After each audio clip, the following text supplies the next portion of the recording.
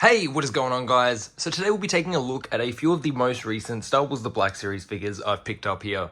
These are some releases that I have missed from the Mandalorian wave. There is also one from A New Hope being the Figure and Dan. But starting off, the first one is the DeathWatch Mandalorian. This one is number 21 in the Mandalorian line. The next one is the Magistrate Grief Karga. This one I have been looking forward to as it does seem to be quite an upgrade from the first release. And this one is the 24th figure in the line. As we go through, you'll see a shot of the front of the packaging, the artwork on the side of the box, and also the back of the packaging. The next one, Axe Woves. Finally have this one to go along with the Bo-Katan and the Costco Reeves. All these figures looking really good in the packaging. Like I mentioned, I am a bit behind on some of these releases, so really good to finally catch up on these Mandalorian characters. This one is also number 25 in the Mandalorian line. And then the last one, as mentioned, is the Figure and Dan. This is the second one that I have picked up. I do still need to get a few more and also the deluxe release. And here we have all four of the figures out of the packaging with all their accessories laid out up front. As I mentioned, this is the second Figure and Dan I do have here. So I do have a previous video where we did take a look at that character. So there he is now, just with his accessories. Moving on over to the DeathWatch Mandalorian. Really great looking figure standing there, really nice vibrant colors. For accessories, this one does come with the removable jetpack, which we have seen before, colored up nicely in this color scheme, the blaster pistol, and also a unique blaster to this character, which is really cool to see. So they do all look pretty good there.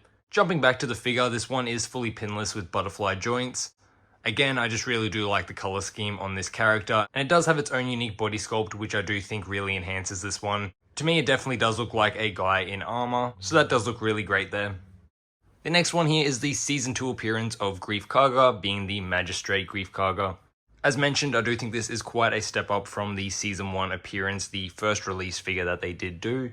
Definitely a lot more accurate this time round. The cape being a rubber overlay will hinder some articulation, but this is one that I'm sure many of us will just sort of have in a bit of a neutral pose. Some really nice details that do stand out. Overall, I think this one does look pretty great here. And the final figure we'll be taking a look at here is, of course, the Axe Woves. For accessories, this one does come with his standard blaster, the removable helmet, and the removable jetpack. The helmet unfortunately does come a little warped from the plastic. I will probably have to heat this one up just to try and reshape that. But again, quite nice details and really vibrant colors. And this one does of course have parts of reuse, all that does work. And like I said with the previous DeathWatch Mandalorian, this one to me definitely gives that feel of a guy in armor, so I really like the way that one does sit. And here we have all the figures posed up with all their accessories in hand, looking really great. Like I said, I'm just really glad to finally have picked these ones up, slowly catching up on some of these missed figures, and overall I think they've all turned out pretty well. So that'll just about do it for this one, guys. As always, thank you all for watching, and I'll catch you in the next one.